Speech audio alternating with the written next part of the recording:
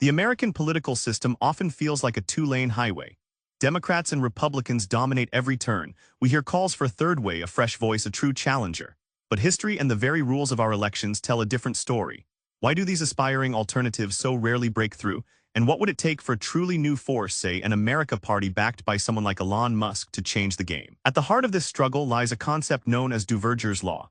It states that in a system where the candidate with the most votes, not necessarily a majority, wins a single-member district, what we call winner-take-all, two major parties almost always emerge. This isn't just theory. In the United States system, major parties have secured, on average, 98% of all state and federal seats. It is a design that inherently squeezes out anything in the middle. This winner-take-all structure also fuels the dreaded spoiler effect. When a third-party candidate enters the race, especially a close one, they often pull votes from the major party they most resemble. This inadvertently helps the opposing candidate win. Think back to 1844, 2000, and 2016. In those presidential elections, third-party vote splitting exceeded the winner's margin of victory. It is a strategic voting dilemma for many. This leads third parties to often underperform their initial poll numbers because voters want their ballot to actually pick a winner. Even getting on the ballot proves a monumental task. Unlike major parties with automatic access, minor parties and independent candidates must navigate a labyrinth of state-specific ballot access laws. This typically involves collecting thousands, sometimes hundreds of thousands of signatures and paying hefty registration fees. Ross Perot, a billionaire, managed to get on all 50 state ballots in 1992 and 1996.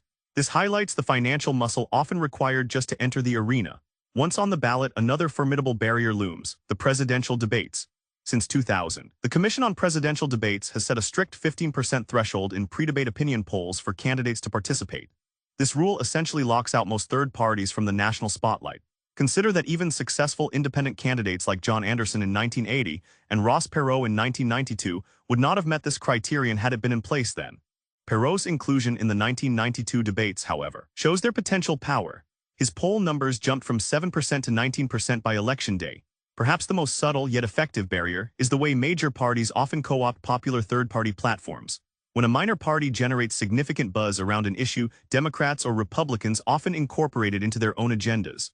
After George Wallace's strong showing in 1968, for instance, gaining 13.5% of the popular vote, the Republican Party's Southern strategy aimed to win over conservative Democrats.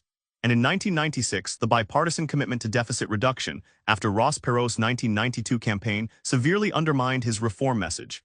Looking at the scoreboard, no third-party candidate has won the presidency since the Republican Party ascended to major status in 1856.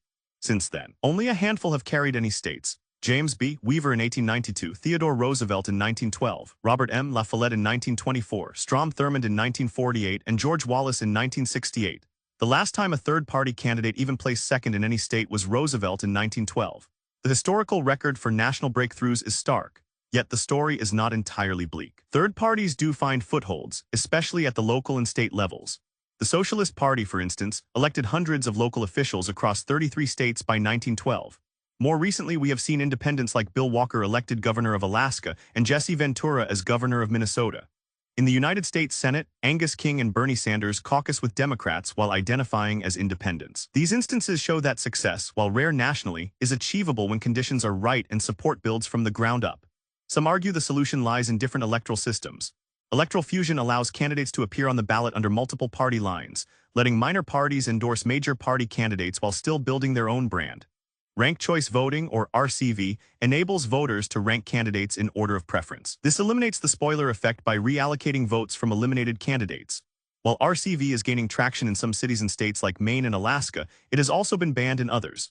And proportional representation, common in many democracies, remains entirely absent at the national level. So could a well-funded America party, perhaps envisioned by someone like Elon Musk, break through? Ross Perot's experience provides a template. His personal wealth allowed him to overcome significant ballot access and campaign funding obstacles, leading to a substantial 18.91% of the popular vote in 1992. His ability to self-finance a massive media campaign was unprecedented for a non-major party candidate. This suggests that money can indeed help clear some of the bureaucratic hurdles. However, even with immense financial backing, the fundamental systemic barriers remain. As we saw with Robert F. Kennedy Jr.'s 2024 campaign, early high polling numbers for independent candidates can often recede as the election nears. The two-party system asserts its gravitational pull. A Musk's America party would face the same Duverger's Law pressures, the spoiler effect concerns, and the inherent difficulty of building a lasting national infrastructure from scratch. while money buys a louder voice. It does not automatically rewrite the deep-seated rules of American political engagement.